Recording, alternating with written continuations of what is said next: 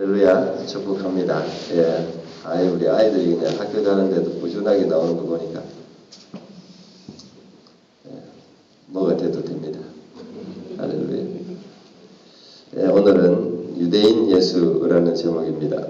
예수님께서 유대 땅으로 오셨습니다. 베들레헴에 또 나사렛에서 자라시고 결국은 예루살렘에서 십자가에 못 박혀 죽으셨죠. 그래서 지금도 사람들은 예루살렘을 찾습니다. 예수님이 그곳에서 이스라엘 땅으로 오시고 또 그곳에서 돌아가셨기 때문에 그 발자취를 찾아서 예루살렘을 지금도 많이 찾습니다.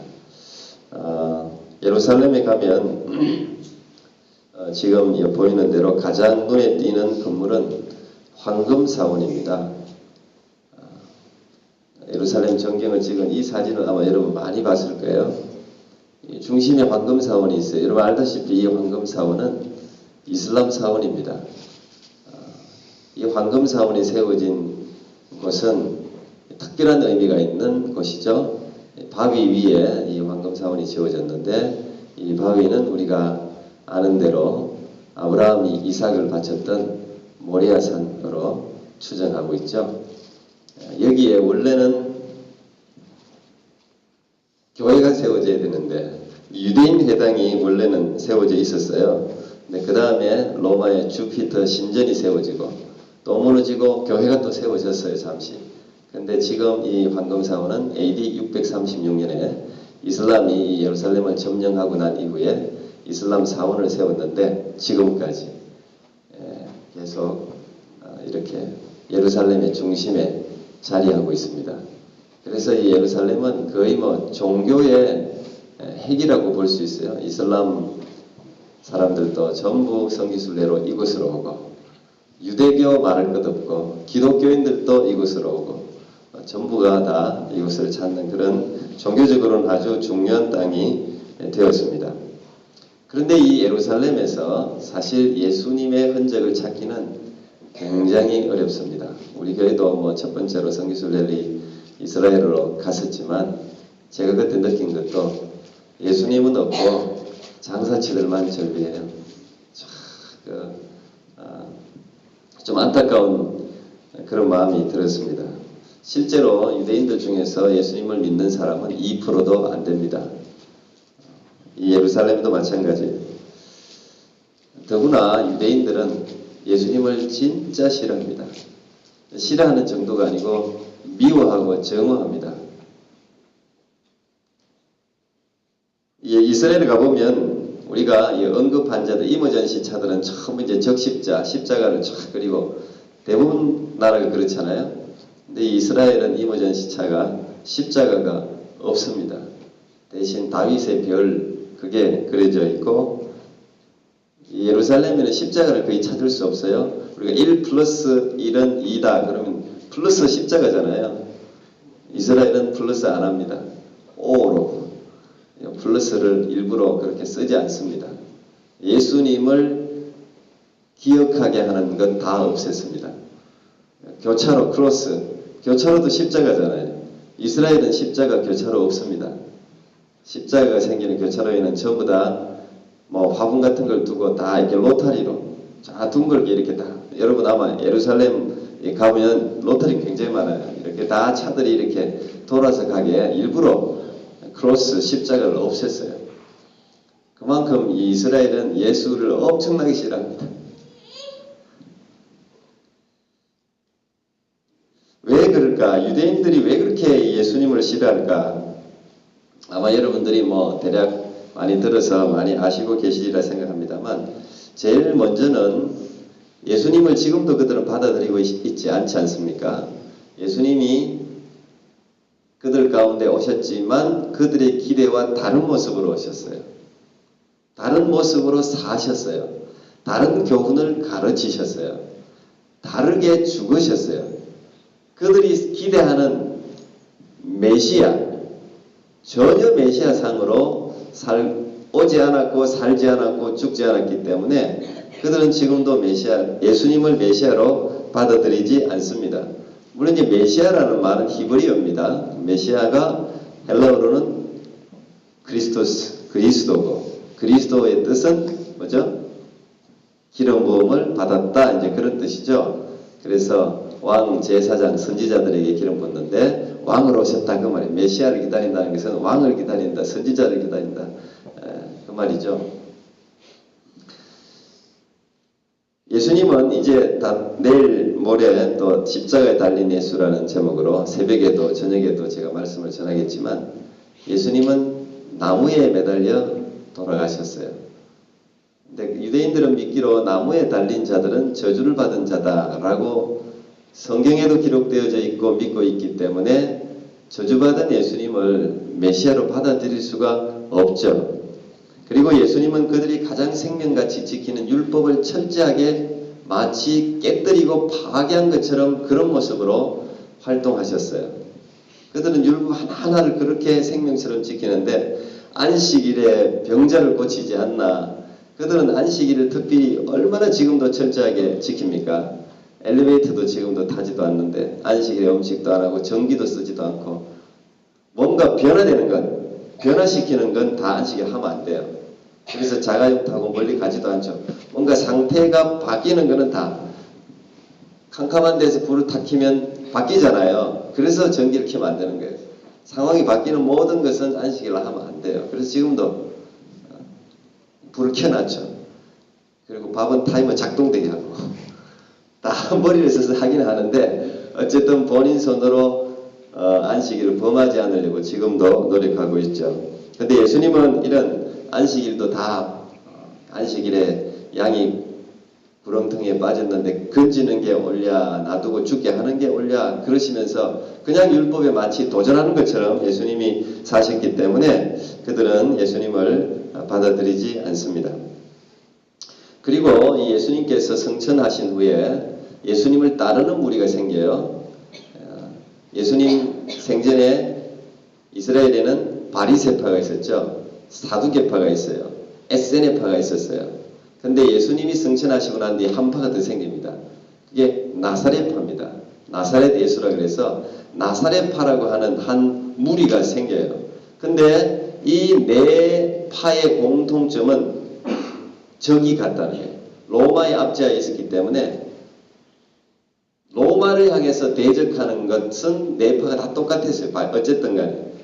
그런데 이 로마에 대해서 나사렛파도 같이 대항했어요. 근데 AD 70년에 우리가 알다시피 티투스 장군이 이 예루살렘 성을 에워싸지 않습니까? 그리고 오랫동안 꼼짝 못하게 갇힌 사람들이 나오지도 못하고 꼼짝 못하게 계속 에워싸서 있는데 그때 나사렛파가 도망을 합니다. 멀리 피난 가버려요. 같이 대항했는데 피난 간 이유가 예수님께서 하신 말씀 때문이죠. 마태복음 24장에는 종말에 관해서 쭉 기록해놨는데 그 24장 저 하반절에 가보면 이런 이야기가 있어요. 그러므로 너희가 선지자 다니엘이 말한 바 멸망에 가정한 것이 거룩한 곳에 선 것을 보거든 그때 유대에 있는 자들은 산으로 도망할지어다. 앞뒤 전후에 이제 이런 이야기가 쭉 기록되어 있습니다. 그래서 예루살렘 성이 포위되고 또 멸망에 가정한 것이 예루살렘에 서고 그들은 그 신호를 본 거예요. 로마가 쭉 예루살렘에 의해서 포위되니까 이제 예수님이 하신 말씀 그때가 됐나 보다. 그때는 도망해라. 그렇기 때문에 도망한 거예요. 나사렛파들이 다. 그리고 난 후에 로마에 의해서 예루살렘 성이 완전히 함락됩니다. 짓밟히죠. 그래서 나머지 바리새파뿐 아니라 모든 유대인들은 나사렛파가 이스라엘의 반역자라고 그때부터 이야기하는 거예요. 예수를 따르는 사람들은 그들은 이 지상에 마음을 둔 사람들이 아니고 저 천상에 마음을 둔 사람들이기 때문에 어떻게 보면 나라보다 하나님의 나라 더 중요했기 때문에 말씀을 따라 옮겨버린 거죠. 그래서 유대인들은 이 나사렛파 예수파를 싫어했습니다. 예수님을 죽인 사람이 누굽니까? 예수님은 누구에 의해서 죽었어요? 우리가 보통 그러면 유대인들이 예수님을 죽였다 그러잖아요. 그 질문이 유대인들에게는 가장 민감한 질문이래요. 예수님을 누가 죽였냐? 실제로는 유대인들이 죽인 건 아니거든요. 유대인들이 모든 것을 다 꾸며서 예수님을 넘기긴 했지만 죽인 건 로마법에 의해서 죽었어요. 사형을 자기들이 종교적으로는 율법을 범했으면 돌을 쳐서 죽일 수는 있지만 예수님은 그렇게 죽지 않고 국가 반역죄로 로마에서 유대인의 왕이라는 것 때문에 반역죄로 죽었지 않습니까? 그래서 예수님을 유대인들이 죽였다 그래서 유대인들은 지금까지 역사적으로 굉장히 많은 핍박과 박해를 받았습니다. 여러분들이 잘 알다시피 아우슈비츠 수용소라든지 홀로코스트라든지 그건 유대인 박해의 상징 아닙니까? 지금도 수많은 사람들이 그곳에 들러서 유대인들이 얼마나 박해받고 지독하게 죽었는지를 보잖아요. 히틀러 그러면 유대인 학살의 대명사이기도 하죠. 600만을 죽였다 그러니까 실제로는 물론 그 많은 숫자가 아니라고 합니다만 어쨌든 엄청나죠. 근데 이 히틀러에게 유대인 학살의 어떤 명목을 제공해 준 게 마틴 루터의 독설이라는 그런 글을 제가 읽은 적이 있는데 유대인들은 옛날부터 문학에 등장할 정도로 고리대금업으로 유명해요. 지금도 마찬가지고. 지금도 유대인 그러면 장사하는 사람들은 다 그냥 별로 안 좋아하잖아요. 하도 돈을 따지니까. 근데 옛날부터 유명했어요. 그래서 소설에도 항상 나쁜 고리대금업자가 유대인들이 항상 등장하잖아요. 아마 그때 마틴 루터 때도 똑같은 것 같은데 마틴 루터가 이렇게 이야기했습니다. 해가 이 땅에 뜬 이래로 스스로를 신에게 선택받은 민족이라 자처하는 유대인만큼 피에 굶주리고 복수심에 들끓는 족속도 없을 것이다. 그들의 저주받을 저 고리 대금업을 보면 알 수 있듯이 이 하늘 아래 불신자의 금과 은으로 입에서 악취를 풍기는 그들보다 더 탐욕스러운 민족이 없었고 또한 앞으로도 그런 민족은 없을 것이다. 그 정도로 이야기했어요. 사탄 다음으로 유대인들이 마치 저주받는다는 식으로 그렇게 독설을 했어요. 그리고 이 히틀러가 유대인들을 학살할 때 물론 이제 인종청소 같은 거예요. 그것도 학살할 때 어린아이들은 죽이지 말라 탄원을 했습니다. 교황청으로. 어린이들은 죽이지 말게 좀 손을 좀 써달라. 어린이들만큼은. 근데 교황청이 외면했습니다.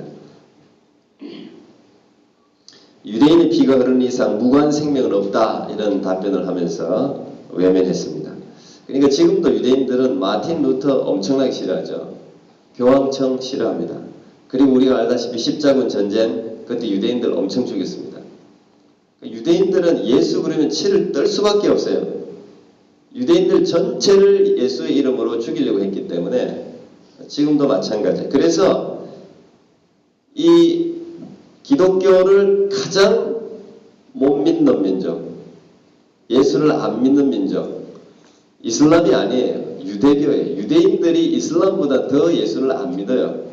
예수 믿게 하기 가장 어려운 민족이 유대인들이에요. 지금도 메시아닉주라고 해서 유대인들 중에 예수님 믿는 예수께로 개종하는 사람들을 메시아닉주라고 부르는데 지금도 우리 회북이라는 영화 김종철 감독이 아마 다큐멘터리 영화를 만들었죠. 거기 보면 메시아닉 주들을 탄압하고 폭탄 테러하고 하는 모든 것들 그 사람들이 다 이슬람 원리주의자가 아니고 유대인들이에요. 유대인 원리주의자예요. 다. 그만큼 이 예수님을 굉장히 싫어합니다. 교황청도 유대인들이 죽음을 묵인했으니까 교황청도 싫어하는 게 당연하겠죠. 근데 예수님을 누가 죽였습니까, 여러분? 여러분 누가 죽였다고 생각합니까? 유대인들이 죽였습니까? 로마인들이 죽였습니까? 유대인들이 죽인 것도 맞는 것 같고 로마 빌라도에서 사형 선고 받았으니까 그것도 맞는 것 같고 근데 이 사순절을 지나고 고난주간을 지나면서 우리는 좀 더 깊이 예수 그리스도의 죽음에 대해서 대답을 해야 됩니다. 누구 때문에 죽었습니까? 그렇죠. 나 때문에 죽었죠. 유대인이 죽인 것도 아니고 로마인이 죽인 것도 아니고 나의 죄가 예수님을 죽인 거 아니겠어요? 우리 죄 때문에 오셨으니까 유대인들만을 위해서 온 것도 아니고 로마인들만을 위해서 온 것도 아니고 우리의 죄를 사함받을 길이 예수 그리스도께서 인간의 몸으로 죄를 입으시고 죽는 길밖에 없었기 때문에 죽으신 거잖아요. 예수님이 인간의 몸을 입고 오시기로 한 이상 예수님은 어느 민족이건 어느 나라건 그곳으로 오셔야만 해요. 그렇죠? 유대 땅으로 오시든 한국 한반도로 오시든 뭐 캐나다 땅으로 오시든 어떤 공간적인 장소로 오셔야 해요. 어떤 민족으로 뭐 원주민들로 오시든 누구로 오시든 어떤 민족으로든 어쨌든 육체를 입고 오시기로 했기 때문에 오셔야 돼요. 많은 사람들은 자기 민족으로 오시지 지금이에요. 예수님을 모든 사람들이 숭배하니까 아이 한국 사람으로 오시지 왜 우리가 싫어하는 유대인으로 오셨을까 뭐 이런 질문을 많이 던집니다. 그래서 나사렛 수태고지 교회가 있습니다. 거기 가면 성화가 쫙 그려져 있는데 거기 이건 이제 우리나라 코리아 적어놨죠.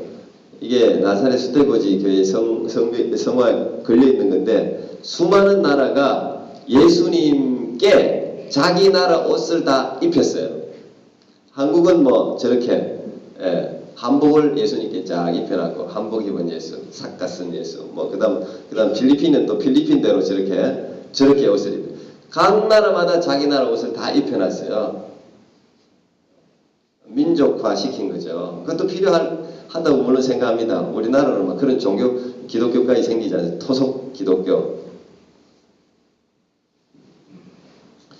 그러나 분명한 것은 우리나라 한복을 입히든 뭘 입히든 간에 예수님은 유대인으로 오셨어요. 사람들은 유대인 예수라는 유대인으로 오셨다는 것을 자꾸 이제 희석시키려고 하는데 그럴 필요가 전혀 없어요. 예수님을 바르게 알려면 제대로 이해하려면 예수님이 유대인으로 왔다는 사실을 받아들여야 됩니다. 그리고 유대인들을 알아야 돼요. 유대인의 삶과 풍습을 분명히 알아야 성경을 제대로 이해할 수 있고 또 예수님을 제대로 이해할 수 있어요. 유대인 예수라는 책을 김경래 목사님이 적었습니다. 그분이 이스라엘에서 오랫동안 공부하시고 유대인들과 교제하면서 유대인 예수라는 책을 적으면서 이런 말을 했어요. 간단하게 이런 말을 했는데 자기가 오랫동안 예루살렘에서 공부하고 유대인들과 많이 이야기를 나눈 끝에 내가 예루살렘에 살면서 진정한 메시아의 의미를 이해했다 이렇게 적었어요. 우리가 성지순례하고 하는 이유들도 다 그런 거죠. 좀 더 분명하게 그 시대적인 상황을 알고 이해하기 위해서 그렇지 않습니까? 그 유대인들이 왜 그렇게 예수에 대해서 원한을 가지고 있는지도 우리가 역사적 배경을 알면 충분히 이해할 수 있어요. 사실 유대인들에게 우리는 고마워해야 돼요. 왜냐하면 어쨌든 유대 땅은 예수님을 받아준 땅이에요. 예수님은 유대인의 모습으로 오셨어요. 그래서 예수로 인해서 받는 모든 핍박, 그 애굽에서 예수님이 태어나면서부터 아이들이 죽었잖아요. 헤로드 왕이 그 아이들을 다 죽였잖아요. 2살 이하로 다 죽였지 않습니까? 만약 한반도에 태어났으면 우리는 일제에 의해서가 아니라 예수님 때문에 엄청난 박해를 히틀러가 한민족을 죽였을지도 몰라요. 그런 수많은 죽음과 박해를 받아야 했어요. 그걸 우리 대신 유대인들이 받아준 거예요. 예수님을 받았기 때문에. 어쨌든 유대 땅이 예수님을 받았기 때문에 유대인들이 예수님이 유대인으로 모습으로 오셨기 때문에 예수님은 우리 모두의 구세주가 될 수 있었던 것이죠. 바울은 이렇게까지 이야기합니다. 그런즉 유대인의 나음이 무엇이며 할례 유익이 무엇이냐? 범사에 많으니 우선은 그들이 하나님의 말씀을 맡았음이니라. 유대인들이 뛰어나다. 또 유대인으로 예수님이 오셨다. 그들이 우리보다 나은 것. 어드밴테이지가 뭐냐? 그들이 말씀을 맡았다는 거예요. 말씀에 대한 열심은 유대인 이상의 민족이 어디 있겠습니까? 나라가 없는 2000년 동안을 율법을 자자손손 전해줬다는 거. 이거 우리는 지금 신앙 하나 제대로 전수를 못해가지고 아이들이 교회 다 뭐 지금 교회마다 2세, 3세, 뭐 4세, 5세 뭐 이민 역사 오래된 데는 그렇게까지가 있어 4세까지 다 내려갔겠죠. 신앙 전수하는 것도 어렵잖아요. 지금 1대, 2대까지도 어렵잖아요. 근데 유대인들은 2000년 가까이 신앙을 전수했다고요. 뭐 때문에? 말씀 때문에. 그들은 율법 버리면 죽는 거랑 똑같이 생각하기 때문에. 그래서 예수님은 유대인으로 왔을지도 몰라요. 로마에 망한 이후로 유대인들은 전 세계로 흩어져서 돌아다녔습니다. 박해를 받으면서도 참 많은 사람들이 유대인들을 죽이려고 없애려고 그랬어요. 인종 청소를 하려고 그랬어요. 그런데 지금 우리 주위를 보십시오. 놀랍지 않습니까? 1948년에 이스라엘이 독립하고 전해지기로는 수백 개의 민족이 유대인이라고 이스라엘로 모여든 거예요. 서로 피부가 다 다른 민족들이 자기가 유대인이라고 이스라엘로 모여들어서 생긴 나라가 지금 이스라엘이에요. 그리고 우리도 알다시피 전 세계 막강한 자금줄 파워를 누가 잡고 있습니까? 유대인들이 잡고 있잖아요. 미국을 흔들지 않습니까? 미국뿐 아닙니다. 캐나다도 마찬가지고 각 나라마다 유대인들이 돈줄을 거의 다 잡고 있어요. 놀라운 일이에요. 어떻게 이런 일이 일어날 수 있었을까요?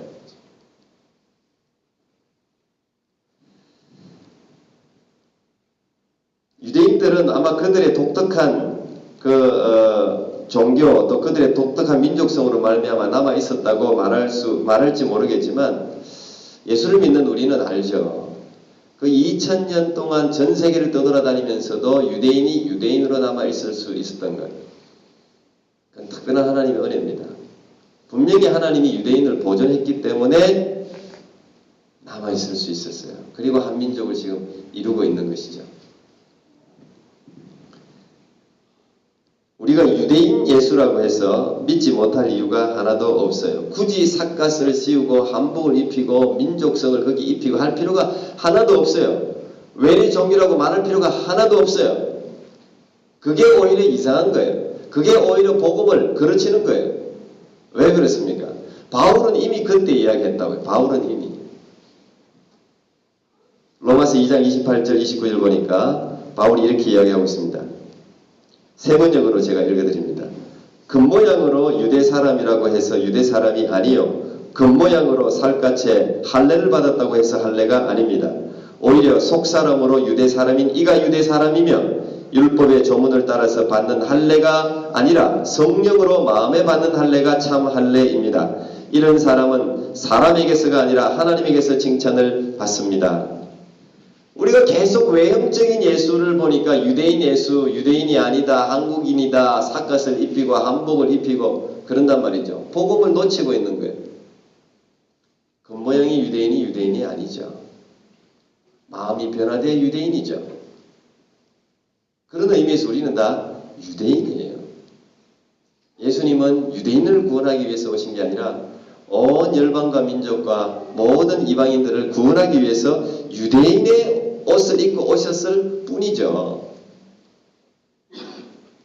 바울은 또 로마서 1장 16절에서 이야기합니다. 내가 복음을 부끄러워하지 아니하노니 이 복음은 모든 믿는 자에게 구원을 주시는 하나님의 능력이 됨이라. 먼저는 유대인에게요.